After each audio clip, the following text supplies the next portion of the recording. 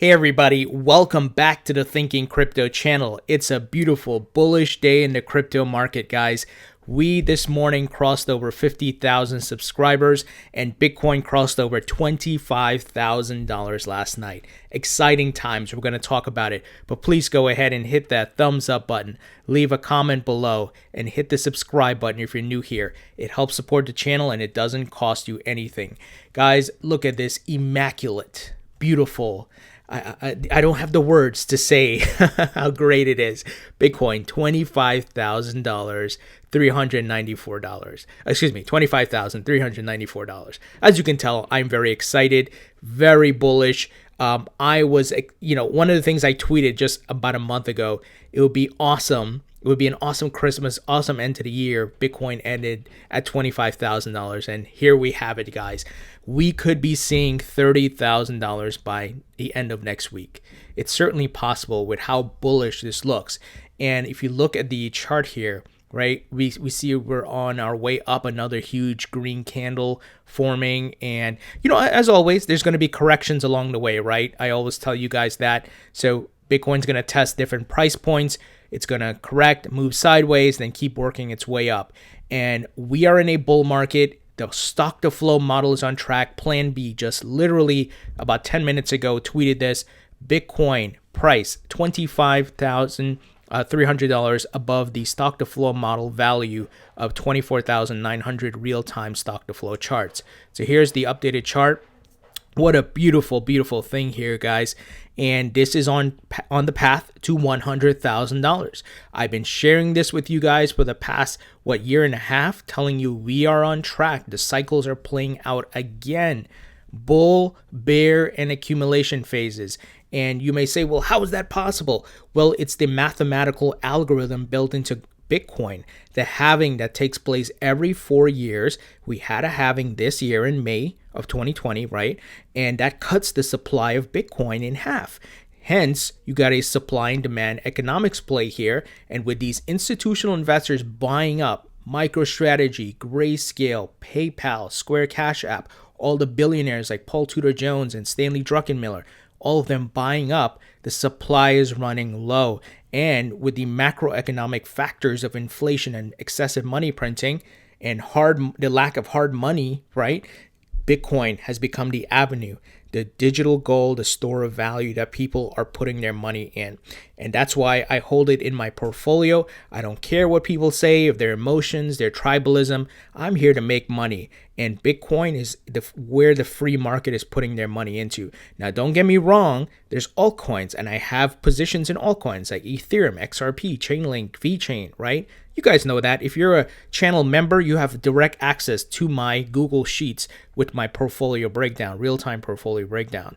So Bitcoin is the brand right now. A lot of people putting their money in there, and I'm glad I have it in my portfolio. It's making my portfolio look amazing right now. So exciting times, guys. Plan B also stated, he tweeted about a couple hours ago, start of this Bitcoin bull run feels more like 2013 than 2017. Very interesting. And if you look at the chart here, right, in the dark line is the 2013, right? And then the 2017 is this light blue line. So 2013 was a stronger bull run. You saw higher increases, right? A higher run up than you did in 2017. Now, while it looks that way, I still want to be conservative because I don't want to be super elated and happy where I become into that euphoric phase, but I don't have the balance. Nothing is a certainty, right? No one can predict the future, but we look at the data and we can say, okay, hey, we can speculate. This is where it may be going. So keep your eyes on the data, follow Plan B. I'll share his updates with you guys because once again, it's backed by facts and data, not emotions.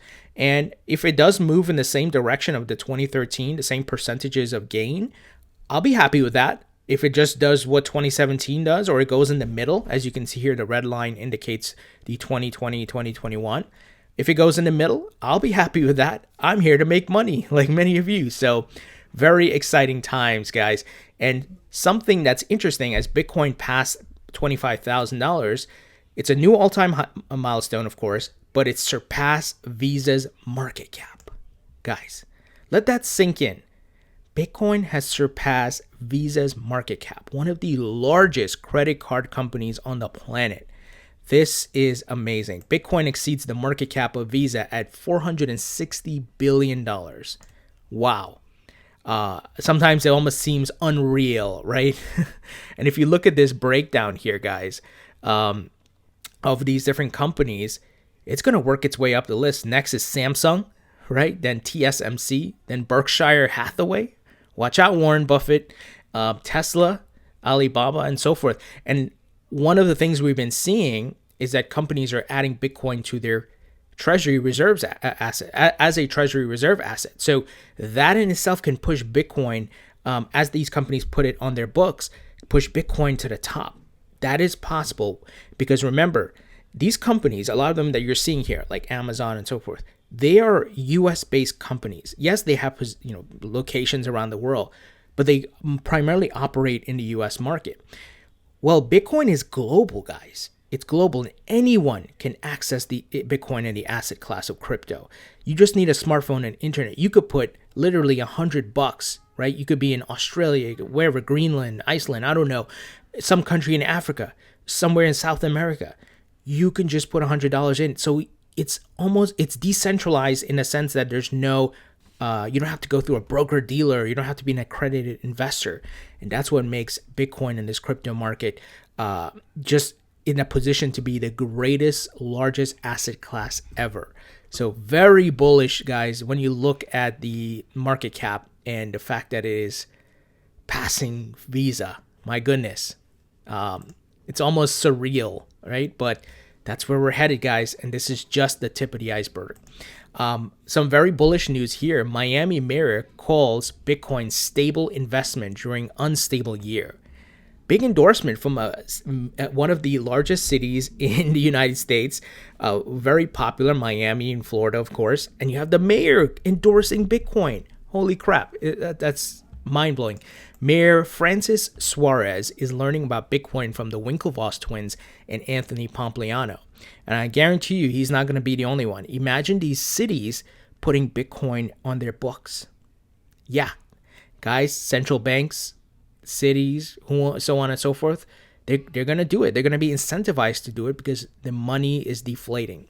In a Thursday tweet, Suarez called Bitcoin a stable investment during an incredibly unstable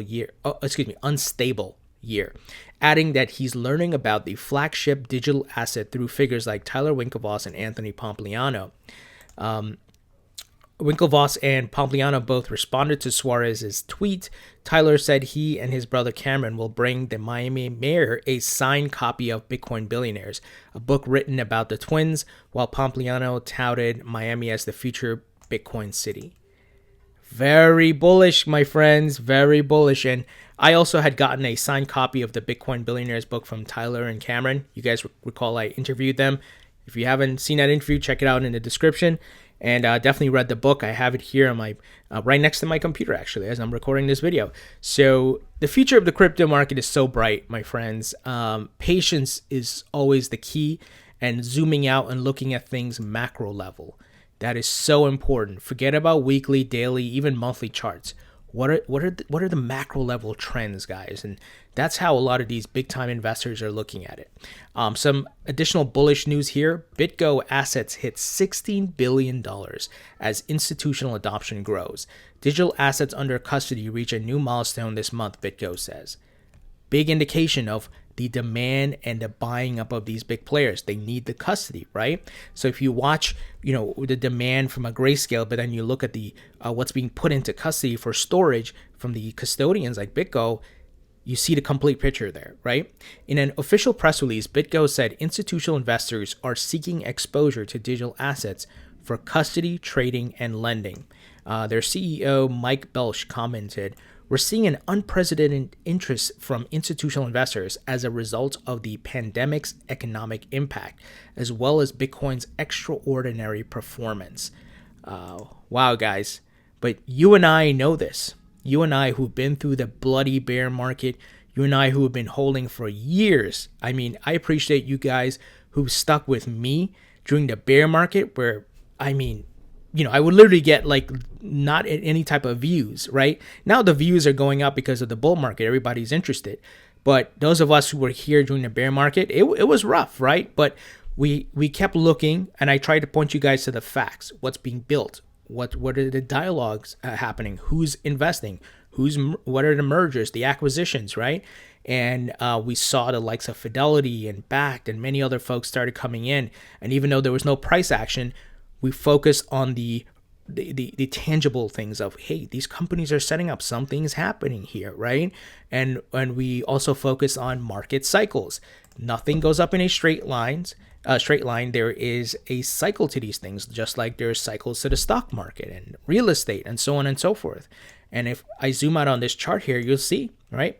The 2017 bull run was not the first. It was the one in 2013 was the first there. And now we're going to see more bull runs moving forward. Bitcoin's going to have another halving 2025, guys.